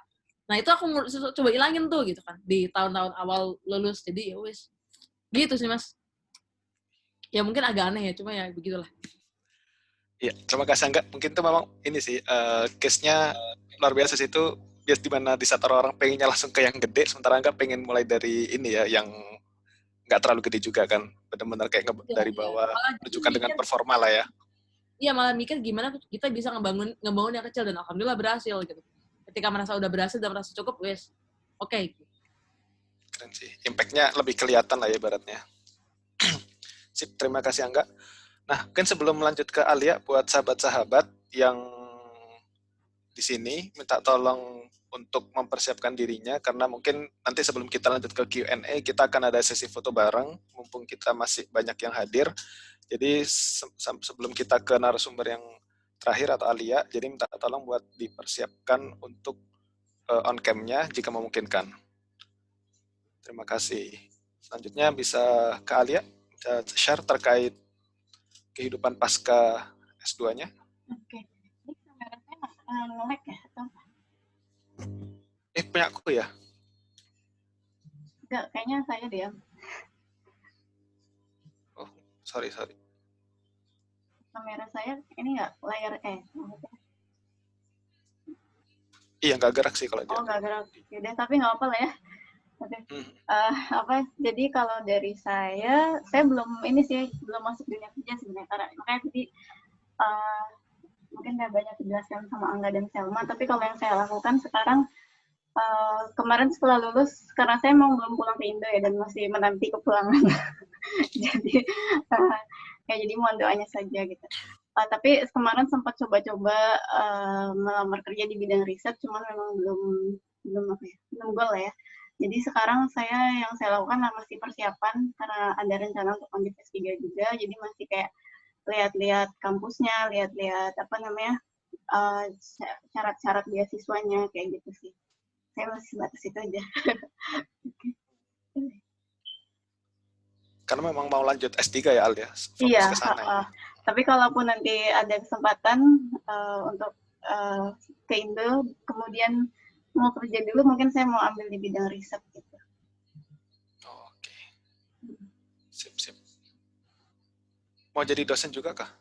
Atau Wah, itu memang ke... dosen belum tahu sih, lihat nanti apa ya kesempatan yang ada aja, tapi saya pinginnya lebih ke risetnya gitu, kayak lembaga mungkin NGO kayak gitu. Oke. Sip. Terima kasih Alia terkait kehidupan pasca S2-nya di mana ingin mempersiapkan untuk S3.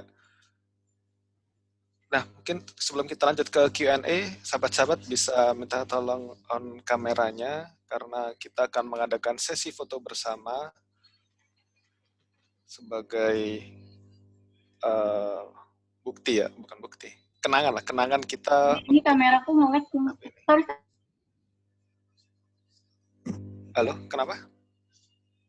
Apa-apa yang sorry, salah. Oke. Ini yang ngambil foto siapa? Atau aku screenshot aja kali ya. Mohon bersabar, ini karena ada 3 kloter. Kush foto satu-satu ya. Sebentar. Dalam hitungan 3 ya. 1, 2, 3.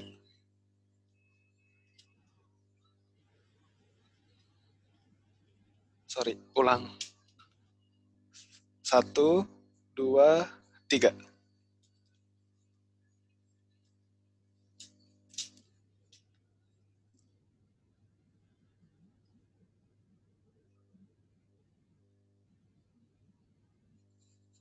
Sebentar. Sekali lagi, 1, 2, 3.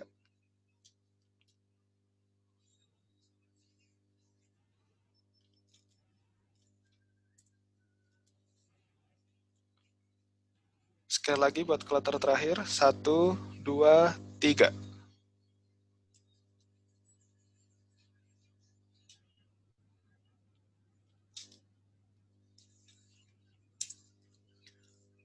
Oke, udah semua. Kita bisa lanjut ke sesi tanya jawab. Dipersilakan, Anda yang ingin bertanya kepada ketiga narasumber kita yang luar biasa ini.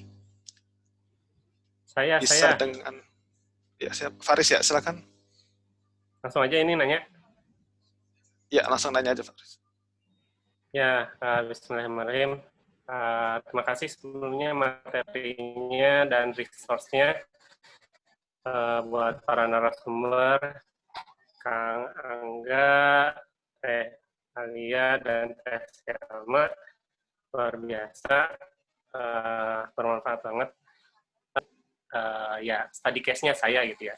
Kan saya tuh dulunya D3 di Unpad, terus lanjut ke UI S1 gitu ya.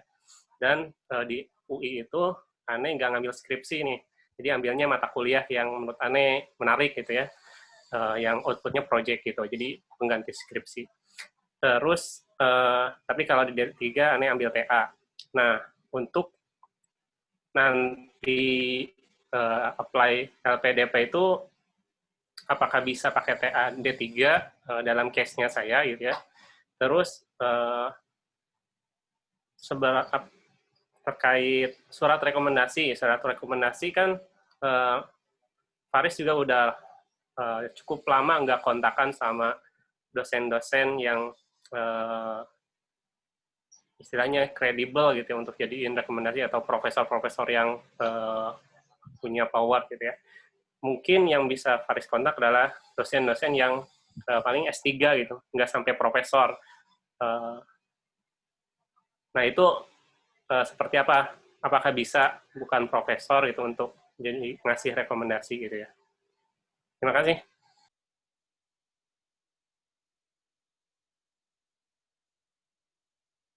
Ya, sorry.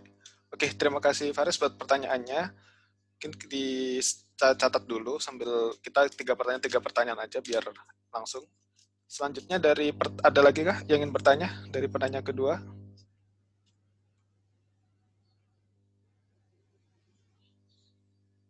Silakan Radifan.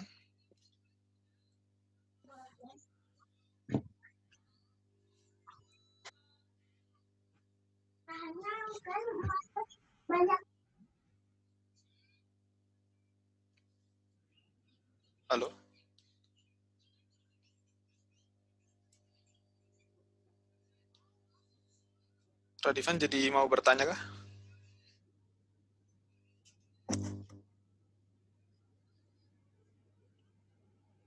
Mungkin sambil nunggu Radivan, mungkin dari Andi, silakan. Bismillahirrahmanirrahim. Sebelumnya terima kasih kepada para pemateri. Saya pengen menanya ke seluruh pemateri, kira-kira faktor apakah menurut masing-masing pemateri ini yang jadi faktor sehingga kalian bertiga ini mendapatkan beasiswa LPDP-nya? Kira-kira ada nggak faktor spesifik yang menurut kalian adalah sebagai reason, sebagai alasan kalau kalian dipilih sebagai LPDP dulu? Terima kasih. Oke, terima kasih dari Andi. Kemudian dari Radivan, via chat ya Radivan. Oke, mungkin untuk latar satu kita cukupkan dulu pertanyaannya. Dari 3 pertanyaan ini mungkin bisa dijawab oleh semua narasumber. Jadi saya ulangi dulu pertanyaannya, mungkin dari yang Faris dulu. Pertama dari kasusnya Faris, di mana beliau mengambil D3 di Unpad dan lanjut S1 di UI. Namun waktu S1 di UI tidak mengambil skripsi, melainkan mata kuliah yang output base-nya itu adalah project. Nah, untuk apply LPDP itu kira-kira apakah bisa pakai TA dari D3-nya, karena S1 tidak pakai TA. Kemudian terkait surat rekomendasi, apakah bisa jika orang yang kita minta rekomendasi itu bukan profesor, atau mungkin orang yang cukup atau ini ya kredibel di bidangnya, seperti itu. Mungkin bisa dari Angga dulu. Oke, jadi sebenarnya ini kalau dari kasus aku sih, jadi aku minta rekomendasi dari 2 orang. Pertama adalah Kak Prodi, yang mana dia doktor, kemudian dari Deputi Bekraf. Jadi Deputi itu ibaratnya bawahnya langsung dari kepala Bekraf. Kenapa bisa? Karena ya Bekraf waktu itu belum segede, maksudnya belum gede, jadi Bekraf waktu itu kita yang staff nih karyawan, kantor ruangannya cuma sebelahan doang sama Deputi dan sering banget kerja bareng. Oleh karena itu poinnya apa? Poinnya adalah sebenarnya satu orang yang kenal sama kita. Jadi dia punya posisi nih, misalkan dosen atau atasan tempat bekerja dan sebagainya, dan kenal sama kita. Jangan terlena kayak titelnya harus misalkan menteri lah, rektor lah dan sebagainya, tapi nggak kenal sama kita sama sekali, itu percuma. Jadi sebenarnya dosen pun nggak masalah sama sekali. Itu yang pertama. Kedua, aku dulu pernah dapat tips sih. Jadi kalau bisa kan kita mau apply S2, harapannya yang merekomendasikan kita kalau dia dosen itu jangan yang masih master. Jadi kalau bisa setingkat lebih tinggi, karena kalau masa dosen master merekomendasikan buat master gitu kan, maksudnya carilah yang udah doktor dan sebagainya, jadi udah lebih setingkat lebih tinggi. Cuma kalau dia profesional itu nggak masalah. Jadi yang penting atasan bekerja, dan tadi sih yang penting sebenarnya kenal sama kita, jadi nggak harus profesor banget dan sebagainya. Mungkin kalau baru mau S3, maksudnya kalau mau S3 mungkin lebih relate kali, cuma aku nggak tahu deh, aku nggak punya pengalaman untuk S3. Ntar mungkin Teh Al atau Khalid mungkin bisa sedikit cerita juga soal itu. Gitu sih, Mas. Pengalamanku gitu doang. Sip, terima kasih Angga. Kalau yang dari Alia bagaimana? Apakah ada sudut pandang lain? Kalau untuk rekomendasi sepertinya sudah dijawab Angga. Saya paling nambahin dikit buat yang tadi syarat TA. D3 dan TA gitu. Sejujurnya kalau dari saya, sepertinya jangan ditanyakan ke kami Faris, tuh kayaknya lebih cocok ditanyakan ke customer service-nya gitu. Karena itu ini banget ya persyaratan yang kami nggak tahu gitu. Tapi just for info, saya ada teman yang daftar sesama di Wageningen LPDP juga, dia itu daftarnya dengan ijazah D4. Jadi mungkin nanti kalau mau saya coba tanyakan barangkali ada irisan atau gimana gitu ya. Terima kasih Alia. Dari Salma, apakah ada tambahan jawaban yang ingin disampaikan?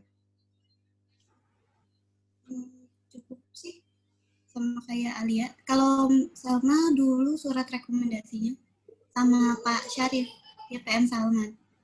Itu aja sih. Jadi mungkin buat teman-teman yang bingung udah lama nggak kontekan sama dosen atau misalnya tempat kerja kan bisa sama atasan yang CEO perusahaannya atau siapa gitu. Kalau misalnya kitanya di organisasi bisa kepala yayasan kayak misalnya Pak Syarif itu kayak gitu sih. Oke, terima kasih. Jadi kalau saya simpulkan buat Faris, pertama terkait yang TA itu memang syarat administrasi, mungkin baiknya bisa langsung ditanyakan ke pihak LPDP-nya langsung.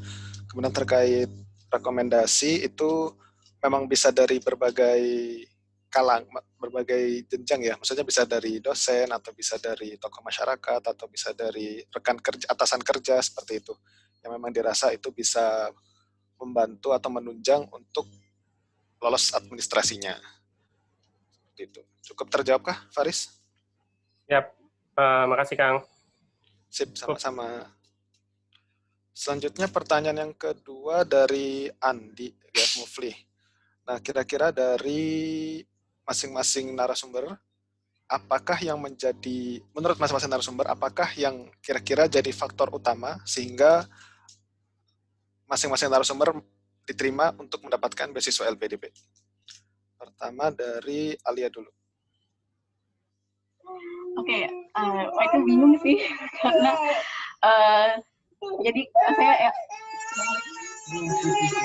sorry.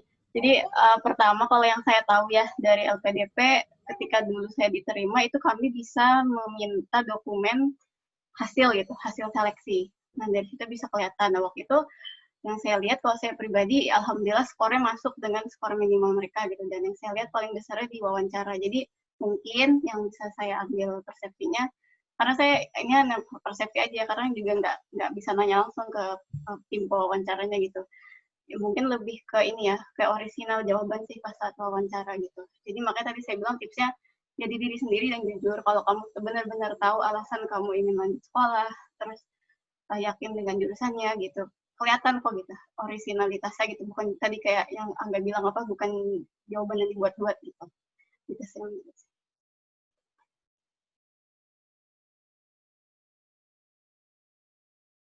Sorry, maaf belum unmute. Jadi lebih ke ini ya tadi kuat di aspek wawancaranya. Iya. Kemudian dari Selma. Dari saya sendiri, doa orang tua sih, terutama kan emang dari orang tua pengennya lanjutin kuliah dan jadi dosen kayak gitu. Nah, ya teknisnya kita juga kan perlu berjuang, nggak cuma ngandelin doa gitu. Sama kayak Alia, kalau bobot yang paling tinggi mungkin di wawancara ya. Anggap aja teman-teman pas waktu wawancara itu memverifikasi apa-apa yang kita tulis di esai gitu kan, kita menuangkan alasan-alasan kenapa harus S2, terus misalnya nanti mau ngapain aja, itu ya kalau jujur dan gak jujur tuh kelihatan, karena kan yang mewawancarai kita juga ada yang dari psikolog ya, gerak-gerik kita bakalan kelihatan lah. Jadi kalau misalnya kitanya udah bahasa terkini berdamai dengan diri sendiri gitu ya, bahasa udah firm gitu mau lanjut S2 karena apa, terus kitanya udah memantaskan diri juga untuk bisa jadi award, ya insya Allah bisa lancar kayak gitu. Terima kasih. Ya, terima kasih Selma. Menarik sekali bahasanya, berdamai dengan diri sendiri ya. Tapi ada benar juga sih untuk mencapai benar-benar apa yang kita inginkan. Selanjutnya dari Angga. Kira-kira apa? Nggak tahu sih. Ya jawaban klisenya mungkin doa banyak orang ya. Cuma ya itu pasti. Cuma kalau dari real apanya yang kita kerjain sih pasti banyak. Jadi apa ya? Maksudnya kalau lihat dari poin-poin yang LPDP kan, satu misalkan latar belakang studi atau latar belakang pengalaman yang dimiliki, kemudian rencananya nanti, kemudian alasan milih kampus dan sebagainya dan seterusnya. Sebenarnya aku yakin sih, aku selalu percaya bahwa sebenarnya nggak ada namanya silver bullet gitu. Selalu nggak ada namanya silver bullet. Kayak banyak orang mikir, anak LPDP itu pasti aktivis. Enggak, temenku ada yang tidak pernah ikut sama sekali organisasi kampus, keterima juga kok. Atau anak LPDP pasti IPK-nya gede-gede, enggak juga. Anak LPDP pasti, wah founder ini, founder itu, enggak juga. Anak LPDP pasti kerja di tempat-tempat ini, enggak juga, dan sebagainya. Maksudnya, enggak ada satu poin mujarab gitu loh, kebayang nggak sih? Jadi pasti, aku percaya pasti poinnya banyak banget gitu. Misalkan TSMA, TL, dan sebagainya, pasti ada poin-poin yang akhirnya saling bersatu dan saling gabung, sehingga dirasa, apa istilahnya ya layak gitu loh sebagai satu kesatuan yang utuh sebagai kandidat gitu. Mas Adrian juga tentunya. Jadi jangan berharap aku harus bikin komunitas, aku harus bikin ini, enggak juga. Enggak tahu sih kalau aku pribadi apa ya, enggak tahu. Cuma aku pernah ngecek nilai dia kan bisa dicek ya Mas ya, nilai kelulusan tuh kan. Jadi kan 0 sampai 1000 kalau nggak salah. Terus kemudian kalau karena aku dulu bidangnya humaniora, kalau nggak salah KKM-nya, jadi ada KKM-nya. KKM-nya tuh kalau nggak salah tuh aku berapa ya? 800 kalau nggak salah. Nah, aku tuh waktu itu dapat 900-an, 900 lebih, 900 berapa gitu. Pokoknya 9 ke atas lah. Tapi nggak tahu juga sih alasannya apa. Atau ini kali, salah nama kali. Nggak tahu, nggak ngerti. Nggak ngerti, sama sekali nggak ngerti. Nggak ngerti banget. Ya kan ini kalau nggak salah ada salah satu founder dari salah satu startup gede yang sekarang pasti terkenal banget, dia Mapres Indonesia, juga nggak terima kok. Cuma alasannya apa ya nggak tahu sih. Nggak tahu sama sekali sih. Ya intinya nggak ada silver bullet lah. Terima kasih Angga. Jadi intinya sih memang kalau dari saya simpulkan dari para narasumber ini memang salah satu faktor yang utama adalah doa sih mungkin ya, karena selain dari itu memang ada beberapa faktor yang itu tidak diketahui, yang itu lebih ke dari pihak LPDP-nya itu sendiri. Tapi intinya kondisi apapun kita, latar belakang apapun kita, selama kita ada motivasi mungkin bisa coba untuk tetap memberanikan diri untuk apply lah paling enggak, untuk bisa melanjutkan studi jika memang ada motivasi atau minat ke arah sana. Gitu Andi, gimana? Ada yang kurang jelas kah? Udah, makasih. Cip, terima kasih juga Andi. Selanjutnya pertanyaan dari Radivan. Pertama mungkin ini lebih terkait aspek bahasa Inggris sih. Saat ini baru mencapai level, intinya di Maret nanti ingin mengejar IELTS level 7. Kira-kira apakah dengan sisa waktu kurang lebih 1 bulan hingga 2 bulan itu memungkinkan untuk ambil tes atau baiknya depending, karena masalah biaya mengingat biaya IELTS kan sekali tes juga cukup mahal. Kemudian yang kedua, apakah memungkinkan bekerja sambil studi S2 full time. Kemudian terkait tunjangan hidup, apakah memang sudah mengcover seperti kebutuhan sehari-hari di sana, karena takutnya nanti ketika fokus kerja jadinya tidak fokus di kuliahnya. Dan juga mungkin pengalaman terkait apakah cukup untuk membawa 1 orang tambahan ke negara tujuan. Seperti itu. Oke, mungkin langsung dari Angga dulu. Ya, boleh Mas. Pertanyaan pertama soal waktu yang tersedia ya. Cukup atau enggak, sebenarnya tergantung sih beneran. Maksudnya tergantung lah sama kesiapan kita sebelumnya gitu. Aku selalu percaya bahwa sejatinya bahasa itu akumulasi. Jadi butuh proses yang panjang banget untuk diri kita menghafal, membiasakan, dan pokoknya ya merangkai bahasa lah di pikiran kita.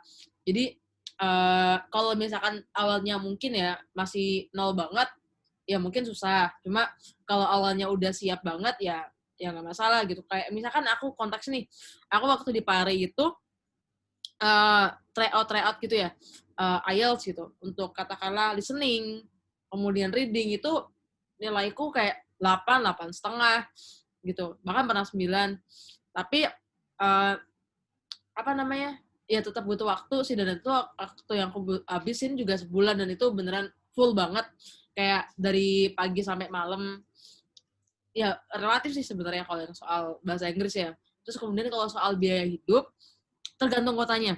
aku bisa bilang tergantung kotanya. Kalau kotanya kayak Aberdeen sama Edinburgh mah cukup-cukup aja, apalagi Aberdeen tuh murah banget. Kalau Edinburgh insya Allah masih cukup, masih bisa nabung. Cuma kalau di London, uang LPDP tuh pas-pasan banget, harus tinggal di pinggiran, dan maksudnya ya pinggiran kota, kayak 1 jam, 1,5 jam ke kampus, dan uangnya pas-pasan. Sangat mepet banget sih kalau di kota-kota besar yang kayak ibu kota negara. Sehingga perlu dicek. Kemudian kalau kerja boleh atau nggak boleh, LPDP nggak boleh kerja. Makanya kalau aku, tadi kan internship itu udah nggak dibayar, jadi sifatnya volunteer internship, dan itu juga sama lembaga internasional yang memang juga diperbolehkan sama LPDP. Jadi boleh, dan memang waktu aku internship tuh jamnya tuh nggak 9 to 5, jadi beneran kayak, oke, ada bulan ini ada kegiatan apa, kerjain bareng-bareng. Oh, kita mau bikin apa, kerjain bareng-bareng, jadi waktunya fleksibel gitu. Tapi kalau kerja sih nggak boleh. Kalau mau ngumpet-ngumpet gimana ya tetap nggak boleh. Kenapa? Karena kalau mau kerja juga harus ada permission-nya juga kan dari KBRI dan sebagainya. Dan kalau kita sebagai student atau apalagi LPDP langsung ditutup pintu ibaratnya, nggak bakal bisa. Kecuali kalau kuliahnya udah kelar. Tapi masih nunggu di sana buat wisuda, mungkin masih boleh. Terakhir sih kalau bawa pasangan, ya balik lagi sih tergantung kotanya tuh bisa atau enggak.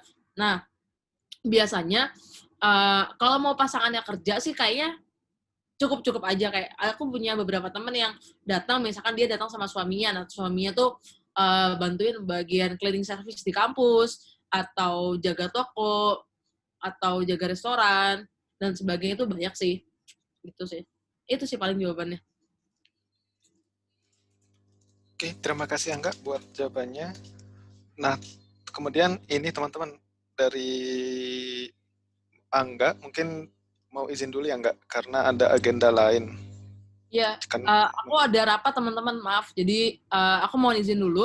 Tadi ada file drive yang aku udah post juga di chat, itu isinya adalah dokumen-dokumen yang aku siapin buat PDP, termasuk draft pertanyaan dan jawaban yang aku bikin sama Falzis. Silakan dicek kalau teman-teman butuhkan, tapi di-keep aja, disimpan aja buat masing-masing. Takutnya kalau dijebar, ya kita nggak tahu nanti bakal jadi apa, jadi tolong dijaga aja.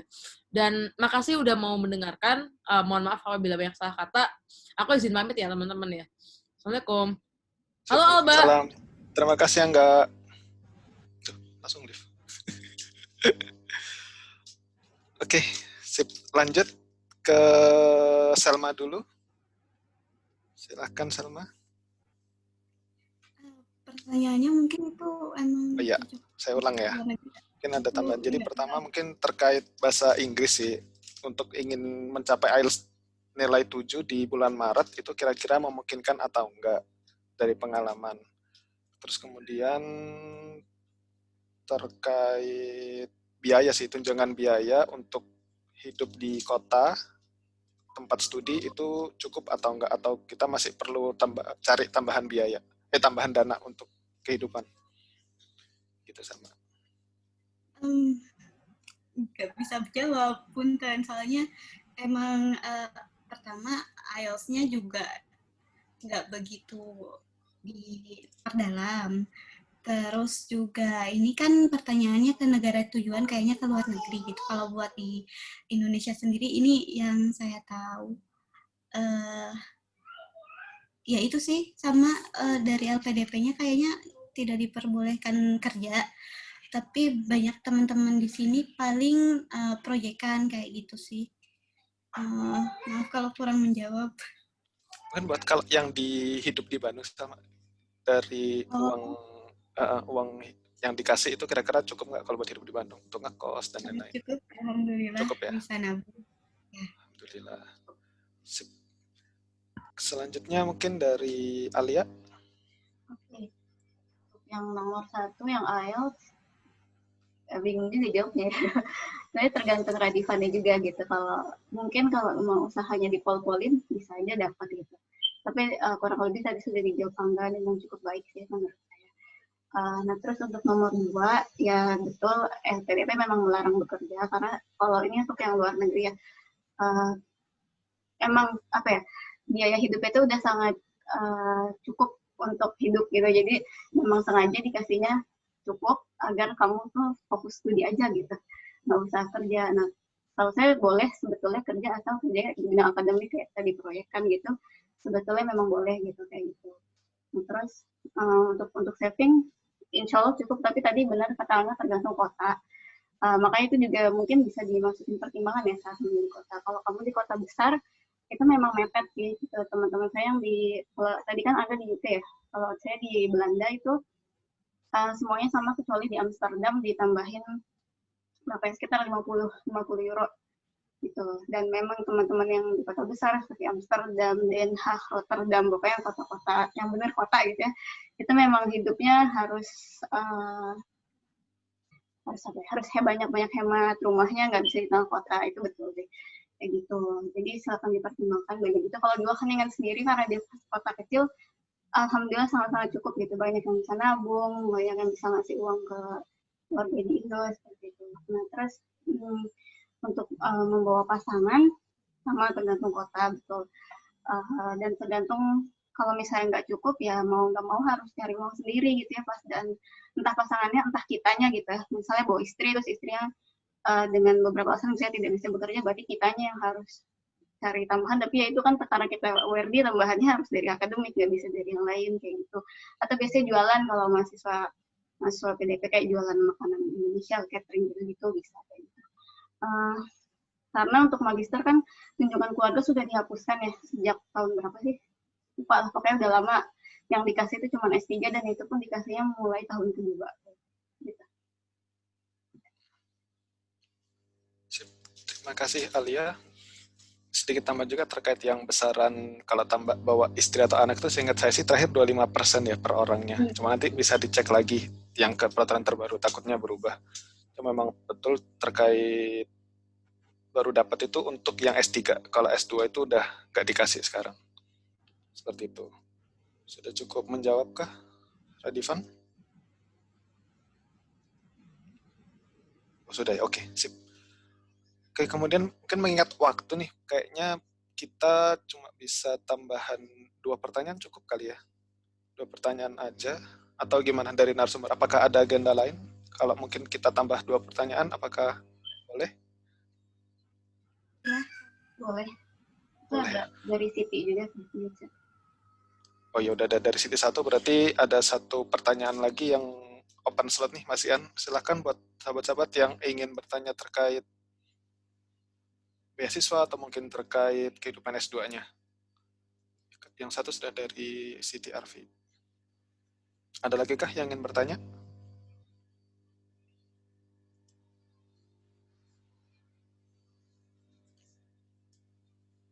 Tiga. Oh itu ada Elvan. Silakan. Elvan via chat atau mau disampaikan?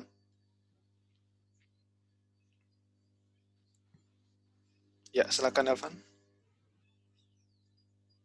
Bismillahirrahmanirrahim. Assalamualaikum warahmatullahi wabarakatuh.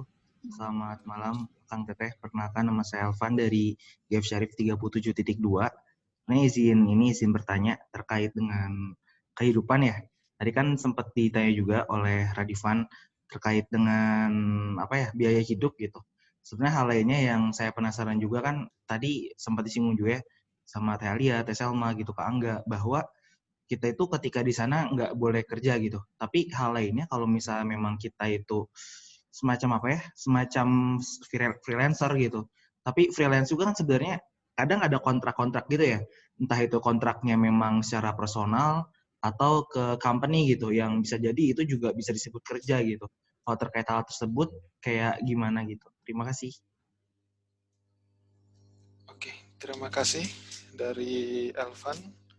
Mungkin saya ulang dulu pertanyaan dari Siti dulu berarti, karena udah pertama nanya. Jadi Siti bertanya, pertama ketika sudah menetapkan tujuan pekerjaan masa depan, pada perjalanannya pasti menemukan beberapa kegagalan.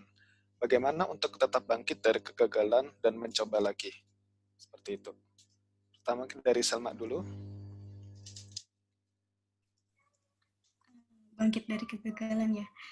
Mungkin yang saya suka akhir-akhir ini untuk bisa menghadapi masalah adalah mengubah mindset. Jadi bisa jadi kegagalan itu bukan kegagalan, tapi ya emang jalan Allah untuk bisa makin dekat dengan tujuan, tapi kitanya belum ngerti kayak gitu. Jadi terima dulu itu kegagalan, apa benar emang itu kegagalan kayak gitu. Soalnya saya sendiri kan untuk bisa jadi dosen baru sekarang gitu, alhamdulillah, dari jalur CPNS ini. Setelah 2 kali sebelumnya saya juga lamar dosen di ITERA, tapi dengan jalur yang lain kayak gitu. Jadi nikmatin aja dulu, dan untuk coba ambil hikmahnya dulu gitu, dievaluasi dulu emang gagalnya tuh kenapa, mungkin Allah mau ngasih sesuatu yang lebih baik lagi kayak gitu. Saya juga kan untuk di dunia kerja awalnya nggak langsung jadi dosen, tapi saya coba terjun ke praktisi dulu, terus ngelihat sudut pandang lain gitu di dunia yang nanti kita di tempat kerja itu seperti apa sih keilmuan kita digunakan gitu. Nah, ternyata kan banyak juga kan sudut pandang yang baru yang bisa kita jadiin pengalaman gitu. Gitu sih. Terus kalau misalnya kita nggak bangkit ya berarti kan nggak nyampe ke tujuan gitu.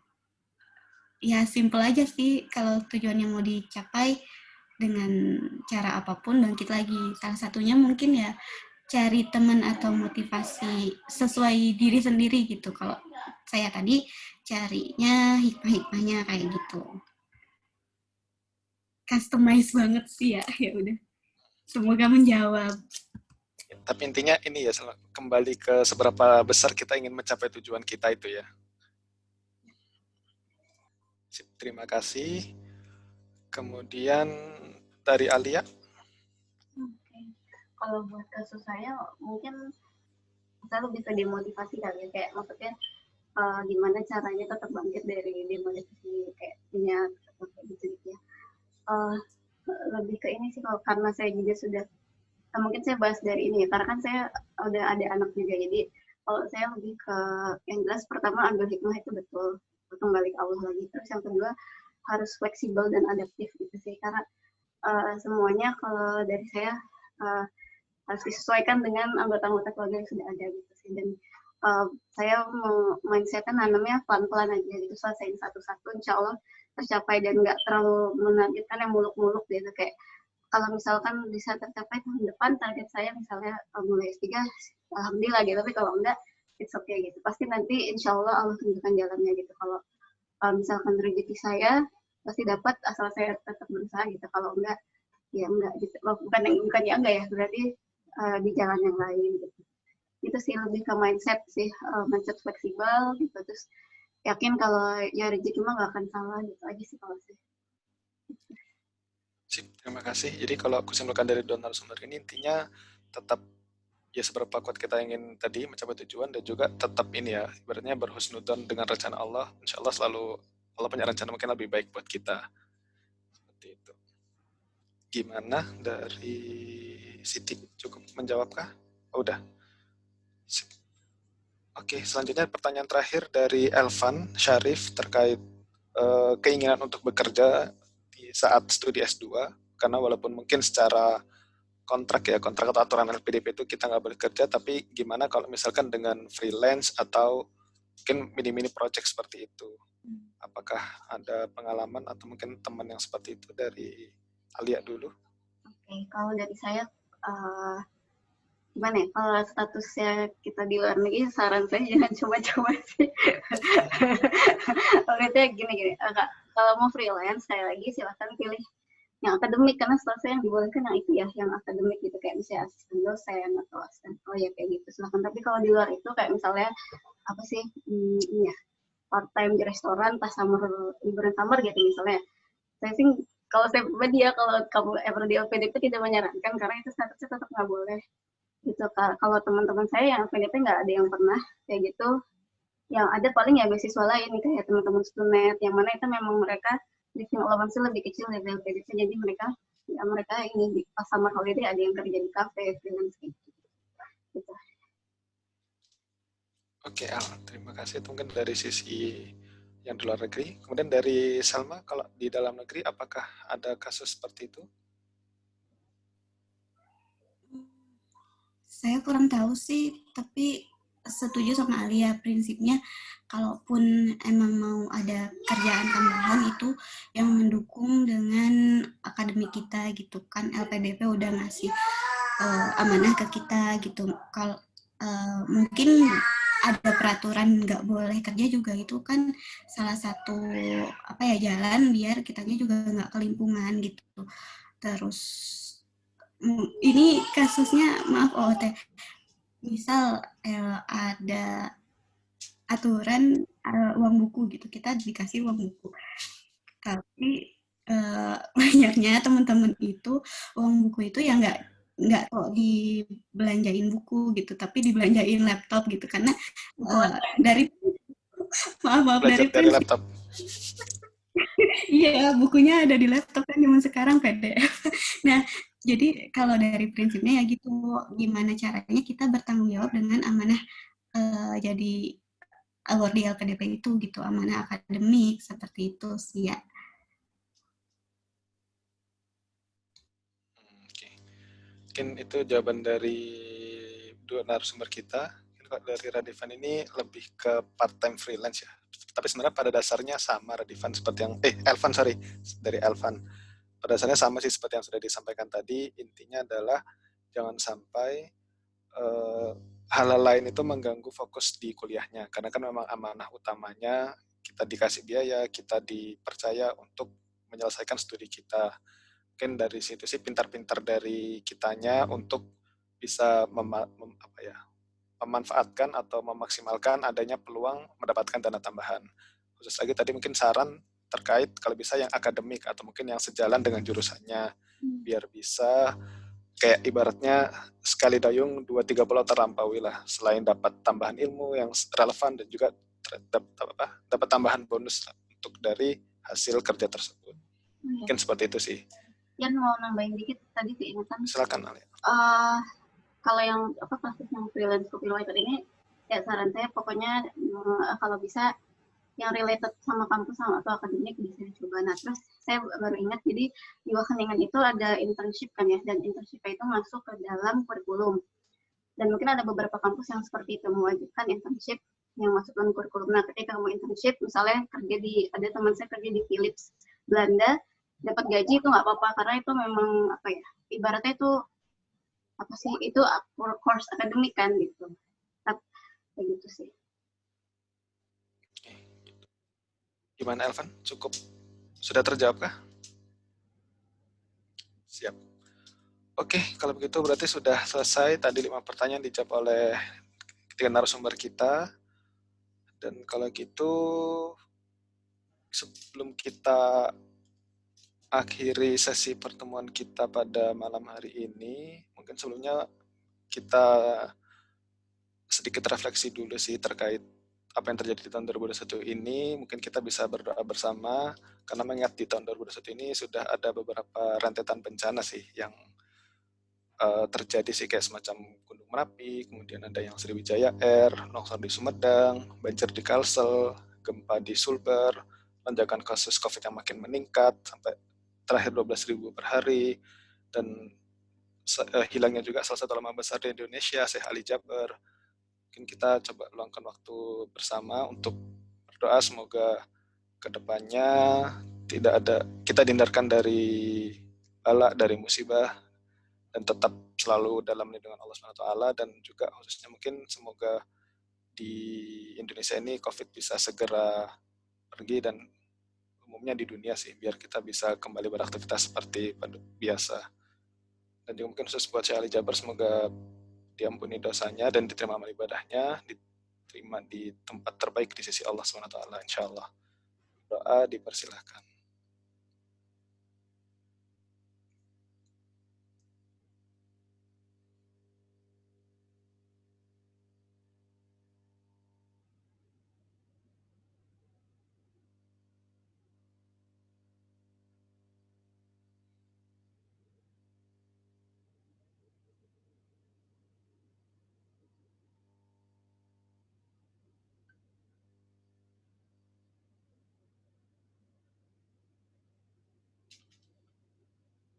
Oke, berdoa selesai. Mungkin itu dari saya sih sebagai moderator. Semoga apa yang telah disampaikan dari para narasumber tadi yang sangat inspiratif ya kalau menurut saya, karena memang dari pengalamannya beliau-beliau, semoga dapat menginspirasi juga buat sahabat-sahabat lain di sini yang mengikuti, dan khususnya mungkin buat yang ingin atau memiliki motivasi untuk lanjut studi ke S2 atau jenjang lebih tinggi, mungkin langsung ke S3 seperti itu. Mungkin bisa kita cukupkan pertemuan malam hari ini. Ditunggu mungkin kegiatan atau ada yang mau disampaikan terkait kegiatan selanjutnya. Oh ya, ini aja tolong isi kuesioner yang di chat box itu. Oh iya. Topik sharing berikutnya. Iya, tolong diisi ya, itu terkait kuesionernya dan presensi. Itu sama presensi bukan? Iya, sama sekalian presensi. Oh, jadi satu ya. Jadi minta tolong diisi itu yang bit.ly absensi talk show alumni muda. Minta tolong diisi biar mungkin bisa lebih terdata sih, kayak gitu. Oke, kalau gitu mari kita tutup bersama acara pada malam hari ini dengan membaca hamdalah. Alhamdulillahirrahmanirrahim. Dan doa penutup majelis. Subhanallahumma rabbana wa bihamdika asyhadu an la ilaha illa anta astaghfiruka wa atubu ilaik. Kalau gitu saya Adrian dan para kru yang bertugas mohon undur diri dari sahabat-sahabat semua. Semoga kita selalu dalam keadaan sehat dan berbahagia selalu dan selalu dalam lindungan Allah Subhanahu wa taala. Terima kasih semuanya. Assalamualaikum. Waalaikumsalam. Udah malam. Ya, terima kasih semuanya.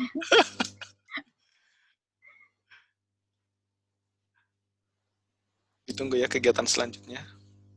Ya. Terima kasih semuanya. Selamat. Jazakallah khairan semuanya. Ya.